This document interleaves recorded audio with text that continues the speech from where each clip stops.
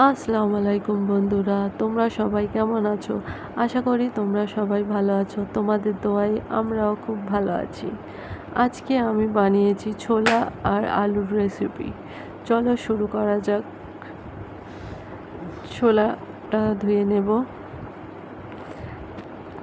আমি সকালে ভিজিয়ে দিয়েছি, দুপুরবেলা এটা রান্না করছি। একটা পেঁয়াজ, একটা টমেটো, দুটো আলু আর এই কাঁচা ছোলা, এগুলো এইভাবে কেটে নিয়েছি আমি।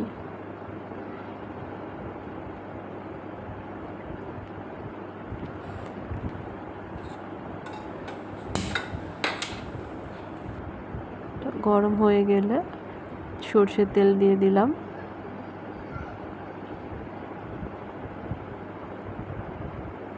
তেলটা গরম হয়ে গেলে পেঁয়াজটা দিয়ে দেব। পেঁয়াজটা হালকা হালকা কালার যখন চেঞ্জ হয়ে যাবে তখন আমি ছোলাটা ঢেলে দেব, ছোলা আলুটা ঢেলে দেব।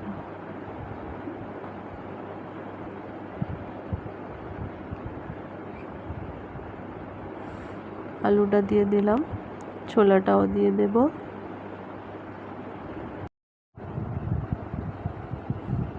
এটা ভালোভাবে নেড়ে চেড়ে নেব।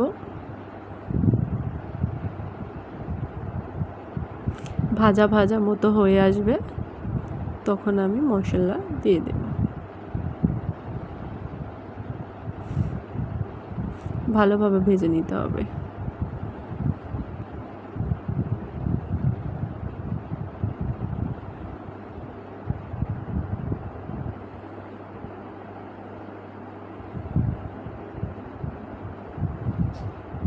মিডিয়াম আঁচে করে, নাহলে নিচেই ধরে যেতে পারে।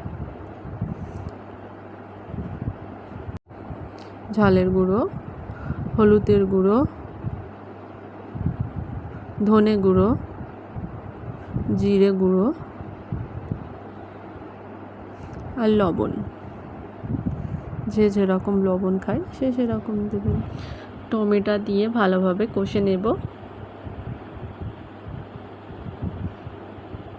পুরো জল শুকিয়ে যাবে কষতে কষতে। ডোবা ডোবা জল দিয়ে দেব যাতে আলু ছোলা যেন সেদ্ধ হয়ে যায়। 3 থেকে 4টে সিটি দেব, আমার ছোলা আলু সেদ্ধ হয়ে যাবে।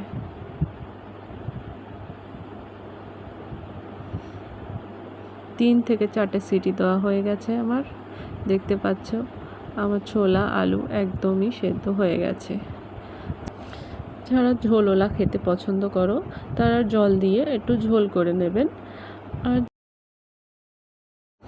আমাদের বাড়িতে সবাই শুকনোই খেতে পছন্দ করে, তাই আমি শুকনোই রেখেছি। শুকনোই বেশি টেস্টি হয়, আপনারা ট্রাই করে দেখবেন। আমাদের channel family kitchen share, like and subscribe বেশি বেশি করুন। আসসালামু আলাইকুম।